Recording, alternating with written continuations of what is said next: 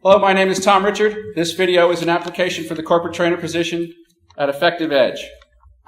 I have a master's degree in higher education administration from Columbia University in the city of New York, where we focused on adult learning, how they do it, what to do to make sure that it works with them. I am a graduate of the Officer Candidate School of the United States Army. I am motivated, and punctual is a big deal to me. I am also very, very coachable. I have been in training for years and years, as well as in management. In management, I had to train people all over the place in everything. At Airborne Express, I was a trainer. It's now DHL. I did initial training classes, which were 4 weeks long. And then I also worked with each and every one of the veteran people so that they could get better. In 3 months after I got there, we went from 9th out of 11 in correct information on the audits to 3rd. And then we started the 2-year battle for first place because the top 3 were tough. And if you made a mistake, you were falling backwards. My group did great. It just took a long time to get there. They did it with a great deal of quality.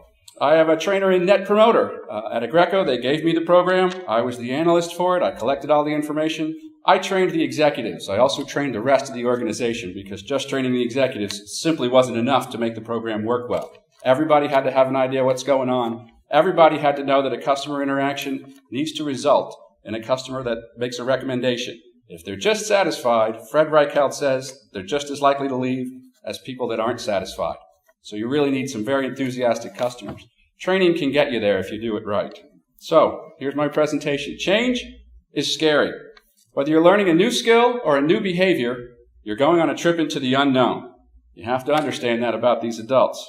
Training is how you get people to the other side of successful change. First of all, you must plan your presentation effectively, and you must have the end in mind. What is the result you're going to achieve? And everything you do needs to go there. You need to deliver it in a positive manner, and at the end, you must test for comprehension, skill, and mastery. Make sure they know it. If they walk out of your class without knowing it, their boss is going to expect them to know it. You set them up for failure. They're not going to want to come back, and they're not going to invite me back. So, I need to know my audience. What do they expect? What do they want to get out of this? What can I do to get them to trust me? If they trust me, they're much more likely to learn. I understand that all adults in all training sessions are listening to the radio station WIIFM. What's in it for me? If I can't answer that question effectively for them, they aren't going to learn anything. So I need to make sure to address that and meet their expectations. That's going to start the first level of trust. Adults learn differently. They learn visually. They learn orally. Some of them learn in an abstract manner. You can just show them a map or a decision tree, and they're good to go.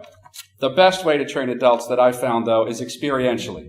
If they need to learn a skill, sit them down at a keyboard, show them what to do, show them what it means when you do it, show them what it means if you make a mistake. They need to be in an environment where they can make mistakes and not have a penalty for it. If they can experience it, adults can internalize it, they can apply it in other situations. They need to practice in a safe environment. And I need to plan it and make sure that the end result is always in my mind as I'm going forward. How do I get them from here to there? One training session I did in 2003 on Outlook, I hit a statement in a program on a practical exercise where when someone got there, when they were working on their own, out loud they said, "Hey, I'll bet that trainer has chocolate around here somewhere." And everyone else, they all perked up. And I said, "Yes, I do." Went and found a little bit of chocolate, gave it to that person. Everybody else said, "How did you do that?" He said, "It was on question 4. Everybody went to question 4. Within 2 minutes, they all figured it out. They dug down deep enough. They were motivated, and they found a way to get it themselves.